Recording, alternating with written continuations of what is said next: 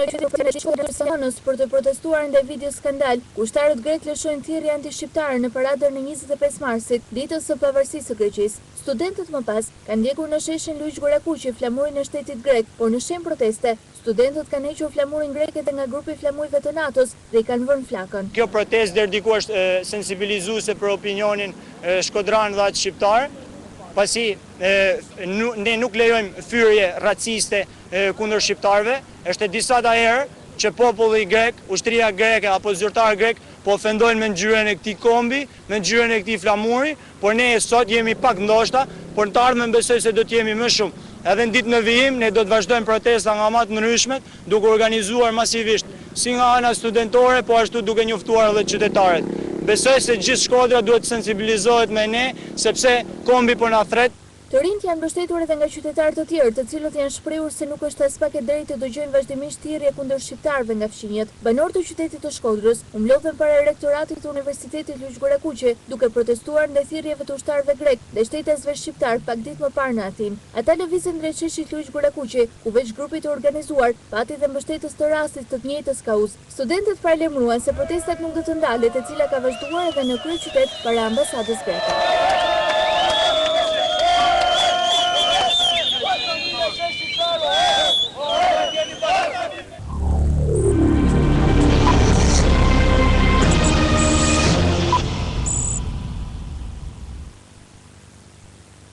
Leonard Çekrezi, drejtori i OSSH-s Shkodrës, sqaron mbi problemet e shfaqura në fshatin Guci e Re, ku për disa ditë me radhë banorët e këtij fshati janë privuar nga furnizimi me energji elektrike. Çekrezi sqaron se shkak për këtë është borxhi që banorët kanë në raport me shlyrjen e faturave të energjisë elektrike. U verifiku një situatë debitore, totalisht debitore për të dy këto kabina.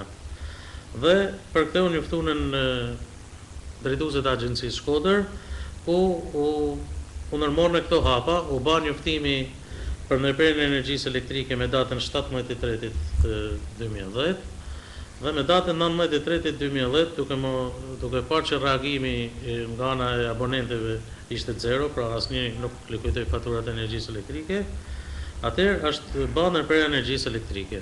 Çekrezi shpreh se banorët që në vitin 2007 janë debitor pasi një numër fare i vogël i banorëve shlyhen detyrimin ndaj OSSH-s. Debija totale në fshatin Guci që nga janari 2007 dhe deri me 28 shkurt të vitit 2010 për kabinën Gucini është 3.584.933 lekë të reja, ndërsa për kabinën Guci 2 3.651.103 lekë të reja. Në total 7.236.036 lekë të reja. Nuk është as pak politikë OSSH-s, por kundazi prerje duhet të bëhen individuale vetëm për abonentët që janë debitor, por në rastin konkret kur kabina ishte totalisht debitore, atëherë nuk është të tharën, a do ndërpriten tension të ulët apo në tension të mesëm. Nëse një abonent do të kishim të paguar, atëherë do të ishte shumë e bukur bile, sikur të jepshim kabinës energji dhe të furnizosh vetëm një abonent.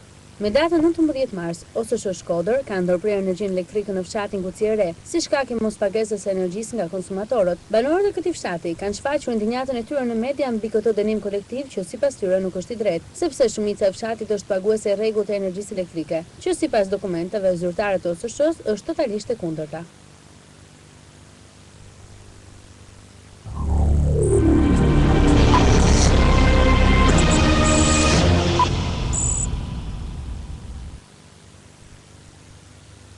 Komuniteti musliman në bashkëpunim me Këshillin e Muftinisë së Shkodër me anë të një deklarate përshtyp ka zyrtarizuar shkarkimin e muftiut të Shkodrës Imam Ndriçim Sulejmanit, ku ka bërë të ditur se me 77 vota pro, asnjë kundër dhe 2 vota abstenim, Këshilli i Përgjithshëm i këtij komuniteti mori vendimin për largimin nga drejtimi i Muftinisë së Shkodrës të Imam Ndriçim Sulejmanit. Thyrje e disiplinës, mos zbatimi i vendimit të kryesisë, shkelje e statutit dhe rregullore, si dhe shkëputje e Muftinisë Shkodër nga KMSH-ja janë disa nga arsyet e shkarkimit të Sulejmanit nga komuniteti musliman. Nëpërmjet kësaj komunikate, KMSH ka njoftuar opinionin publik se ky institucion nuk është një zyrë private, ku kushdo mund të hyjë dhe të dalë sipas dëshirave. KMSH funksionon mbi bazën e një statuti dhe një rregullorie, në bazë të cilit emëron dhe shkarkon kuadrot e tij. Ndërkaq që gjatë ditëve në vijim, komuniteti musliman do të bëjë të ditur edhe emrin e kreut të ri të Muftinisë Shkodër. Ndërkaq Muftinia e Shkodrës ka akuzuar kryesinë e komunitetit musliman shqiptar për afera korruptive me pronat e vakëfit. Ka qenë vetë muftiu i Shkodrës, Ndriçim Sulejmani, së bashku me imamët e xhamive që kanë bërë publike akuzat e ngritura dhe ka sqaruar mosmarrveshjet e krijuara mes Myftinisë së Shkodrës dhe kryesisë së komunitetit musliman. Sipas Myftiut, kontradiktat janë krijuar pas abuzimeve që janë bërë me pronat në territorin e Shkodrës, e më konkretisht me çmimet e vlerësimit të trullit të vakëfit. Kontradiktat mes Myftinisë Shkodër dhe kryesisë së komunitetit musliman u bën publike pas incidentit të ndodhur në Kavaj të shtunën në mbledhjen e kryesisë, ku njërit prej përfaqësuesve shkodran ju kërkua të dilte jashtë nga mbledhja. Në shenjë proteste, Myftiu i Shkodrës ka braktisur mbledhjen. Vitet e fundit përplasjet mes drejtuesve të ndryshëm të Myftinisë së Shkodrës dhe komunitetit musliman kanë qenë të shpeshta dhe si gjithnjë mollshedhi janë bërë pronat e vakëfit që në Shkodër nuk janë të pakta dhe ndodhen në zonën kryesore të qytetit.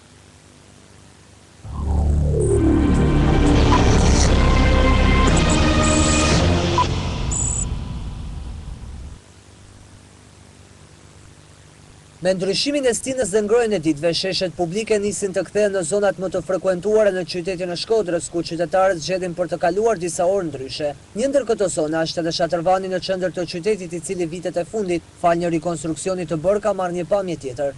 Por sa i plotson ky shesh kushtet për të përgjigjur nevojave të qytetarëve gjatë qëndrimit. Një ndër kushtet kryesore që kërkohet është mbajtja pastër e mjedisit, për të cilin secili qytetar që zgjedh të mjedis për të pushuar ka dhe detyrimin për mbajtjen pastër. Por sa mund të kontribuojnë qytetarët në këtë drejtim, kur këtu ka vetëm një kosht të vogël për hedhjen e mbeturinave. Qesharakët me hapësirën dhe numrin e qytetarëve që frekuentojnë Shatrvanin dhe të vësh në dispozicion vetëm një kosht. Nga ana tjetër, për kujdesja që ky mjedis të pastrohet rregullisht duhet të jetë maksimale, ku nisur nga fakti që tani me ngrojen e motit frekuentohet gjithnjë më shumë, është e nevojshme që çdo ditë të jetë në qendër të vëmendjes për të pastruar. Bashkia e Shkodrës, pas investimit të kryer në këtë shesh dhe shtimit të gjelbërimit, gjë që duhet përgëzuar, në këtë pikë mbetet të japë zgjidhje këtij problemi. Hapësirat publike i përkasin të gjithëve dhe kujdesi ndaj tyre kërkohet të jetë maksimal. Qytetarët kanë detyrimin e tyre, por në radhë të parë bashkia ka për detyrë të sigurojë gjithë infrastrukturën e nevojshme për mbajtjen pastër të këtyre mjediseve. Pasi ku nuk ekzistojnë koshat për hedhjen e mbeturinave, dihet se ato do të përfundojnë në mjedise ku pushojnë njerëzit.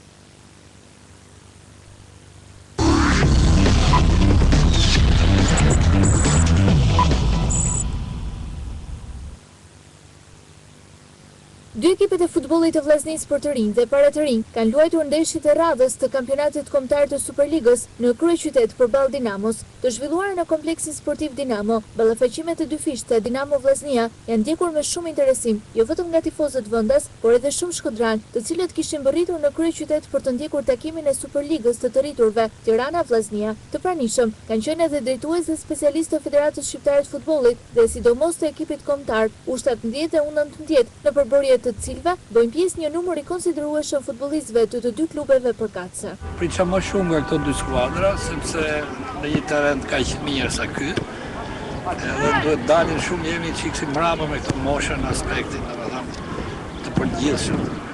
Punimi nga pjesa parë që pam deri tash për shembull, shumë ndalesa, loje, shumë faulla, shumë pra s'ka lojë efektive, gjë që del shumë për detyrë, plus ka dhe maksina të tjera të cilat duhet forcohen patjetër që duhet punu më shumë.